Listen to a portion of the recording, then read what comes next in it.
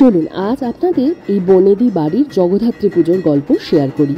এই বনেদি বাড়ি আর কোথাও নয়, এ হলো আমার মামার বাড়ি, নিজের মামার বাড়ি। প্রায় 200 বছরের বেশি পুরনো এই জগদ্ধাত্রী পুজো, এই দালানও। এই বাড়ির দেওয়ালে দেওয়ালে আছে অনেক গল্প, অনেক ইতিহাস।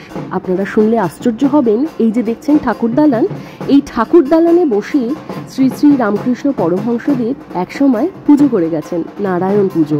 সেই গল্পটুকুও আজকে আপনাদের সঙ্গে অল্প করে শেয়ার করছি।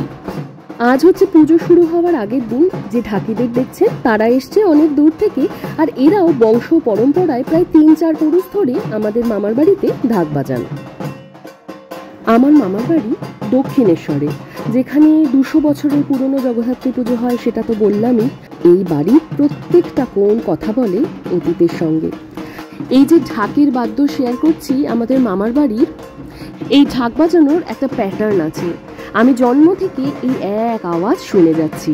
হয়তো একটু পক্ষপাতদুষ্টভাবেই বলছি, কিন্তু ছোটবেলা থেকে এই একটাই ঢাক শুনে বড় হয়েছি। এত বছর ধরে কত জায়গায় গেছি, কত রকম ঢাকের বাদ্যি শুনেছি, তবু এই সুরের মতো মন ছুঁয়ে যাওয়া ঢাকের আওয়াজ আর কোথাও পাইনি।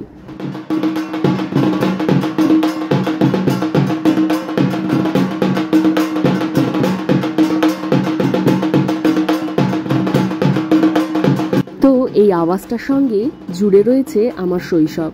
সেই জন্যই হয়তো এটা মনের এতটা কাছে।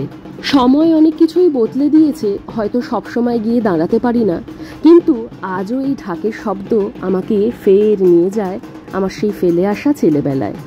সেই ছেলেবেলার এক বিশাল অংশ জুড়েই রয়েছে আমার এই মামার বাড়ি, যেখানে আমার দেবী মূর্তির সমান দিদা বসে থাকতো। আমি সামনে গিয়ে দাঁড়ালেই, বা যে কেউ, যে কোনো নাতি নাতনি যে কেউ দাঁড়ালেই 2 হাত বাড়িয়ে জড়িয়ে ধরতো। দুঃখের কথা হলো, তখন এইভাবে ভিডিও করে রাখার কনসেপ্টটা তো ছিল না। সেই জন্য সেই দিনগুলোকে বড্ড বেশি মিস করি।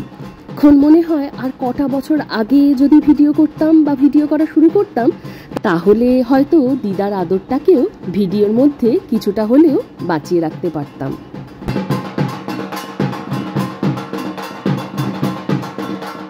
আমার মা দক্ষিণেশ্বর অঞ্চলের এক খ্যাতনামা বংশের মেয়ে। এখনো সেখানে কিছু পুরনো বাড়ি আছে, নাম বললেই মানুষ চিনে যায়। আমাদের মামার বাড়িও তেমনই এক বাড়ি, জগদ্ধাত্রী বাড়ি। মুখুজ্জে বাড়ি বললে লোকাল যারা পুরনো লোক তারা এক বাক্যে চিনবে। ইতিহাসে ভরা গঙ্গার ধারে দাঁড়িয়ে আছে নীরবে। শোনা যায় বহু আগে যখন দক্ষিণেশ্বর ছিল গুটি কয়েক বাড়ি আর চারপাশে জঙ্গল, তখন আমাদের পূর্বপুরুষদের মধ্যে একজন চিন্তিত হয়ে রাস্তায় হেঁটে বেড়াচ্ছিলেন। সেই সময় দিয়ে যাচ্ছিলেন শ্রী রামকৃষ্ণ পরমহংসদেব। পরিচয় ছিল তাদের মধ্যে, কারণ দক্ষিণেশ্বরে সেই সময় বাড়ি ছিল গুটি কয়েক, আর বাকিটা পুরোই জঙ্গলে ভরা। উদ্বেগের কারণ জানতে পেরে ঠাকুর নিজেই আমাদের ঠাকুর দালানে আসেন। তিনি জানতে পারেন তখনও আমাদের মামার বাড়িতে নিত্য নারায়ণ পুজোর যে সেবা হয়, সেই সেবা হয়নি। এক কথায় তিনি চলে আসেন আর ঠাকুর দালানে এসে পুজো সম্পন্ন করেন। এই যে দেখছেন সেই দালান আজও রয়েছে, যেখানে ঠাকুরের পদধূলি লেগে আছে। সেই স্মৃতির স্পর্শে আজও যেন চারপাশ ভরে থাকে। ঢাকের বাদ্যি তো শোনালাম, একটু সন্ধি পুজোর ভিডিও শেয়ার করি। জগদ্ধাত্রী পুজোয় যখন সন্ধি পুজো হয় জানেন তো, তখন কিছু বলির রেওয়াজ আছে। বর্তমানে শুধুই আখ বলি আর চাল কুমড়ো বলি হয়। আগে ছাগ বলিও হতো, কিন্তু সেটা বর্তমানে বন্ধ হয়ে গেছে।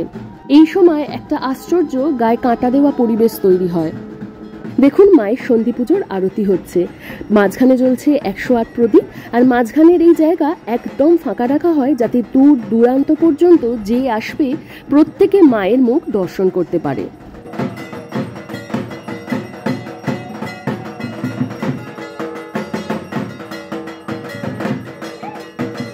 আমার মামার বাড়ির মা খুব জাগ্রত, জানেন।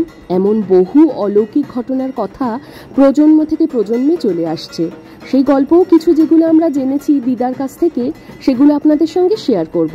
এখনো এই পুজো হয় ধুমধাম করে, বংশ পরম্পরায় তার ঐতিহ্য অটুট রেখে।